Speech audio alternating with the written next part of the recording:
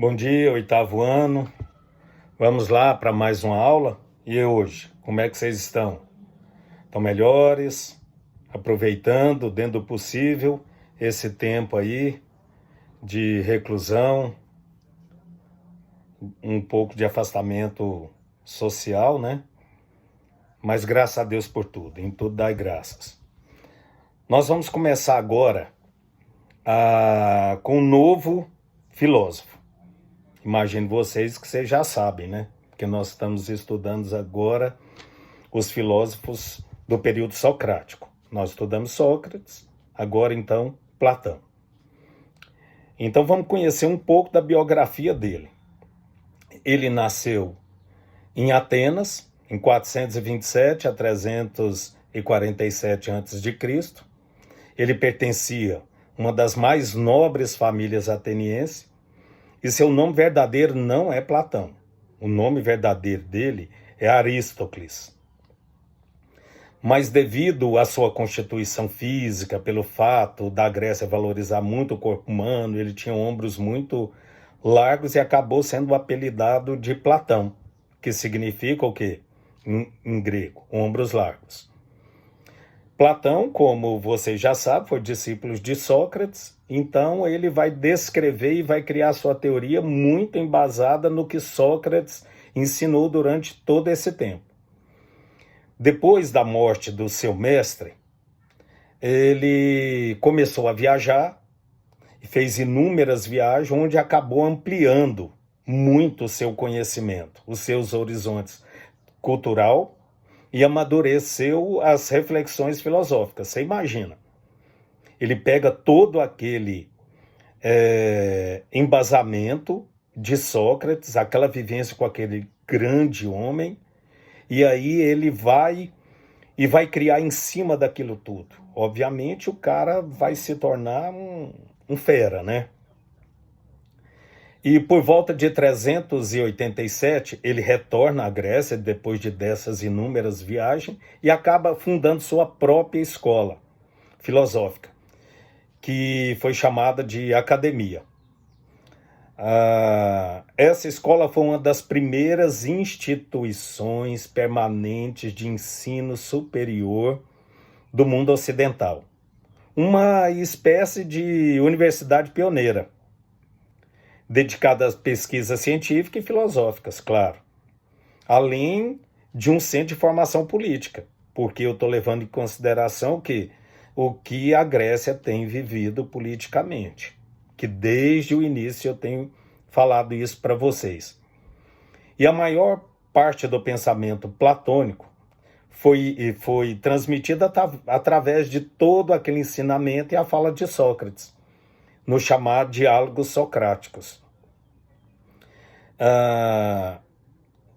O pensamento o mais vasto e o mais importante de Sócrates acabou dando origem a uma expressão muito famosa. Toda filosofia ocidental são notas de rodapé de Platão. Aí o que ele faz? Aí ele quer colocar tanto conhecimento filosófico, político, científico, e ele cria então o quê? O chamado dualismo platônico. Ele enfrentou o impasse que existia dos filósofos anteriores do período pré-socrático. No caso, ele pega Heráclito e Parmênides. Vamos ver se vocês se lembram o que Heráclito falava e o que Parmênides. Então ele vai chegar a uma conclusão dualista. Ele pega um e outro. Vamos lá então. Aí ele põe da seguinte maneira: o mundo sensível e o mundo inteligível. Essas duas realidades, ou essa dualidade platônica, dualismo platônico.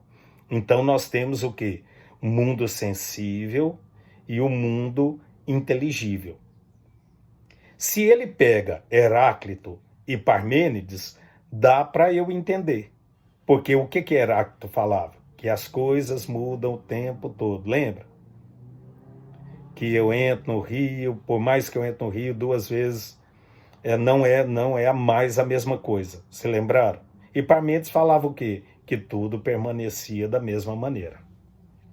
Então, o mundo sensível, como as percepções da vida cotidiana, isto é, então, o quê? As sensações, as quais surgem e desaparecem continuamente.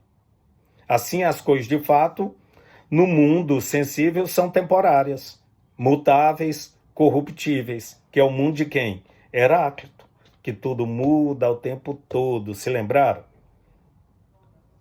Tudo muda o tempo todo. Então ele vai dizer que é o quê? São os fatos do mundo sensível, que são temporárias, mutáveis e corruptíveis, que é o mundo de Heráclito. E o mundo, então, inteligível? Como ele é, como que ele coloca? Corresponde ao mundo das ideias. Quando se fala em ideia, normalmente na filosofia ele está se reportando ao quê?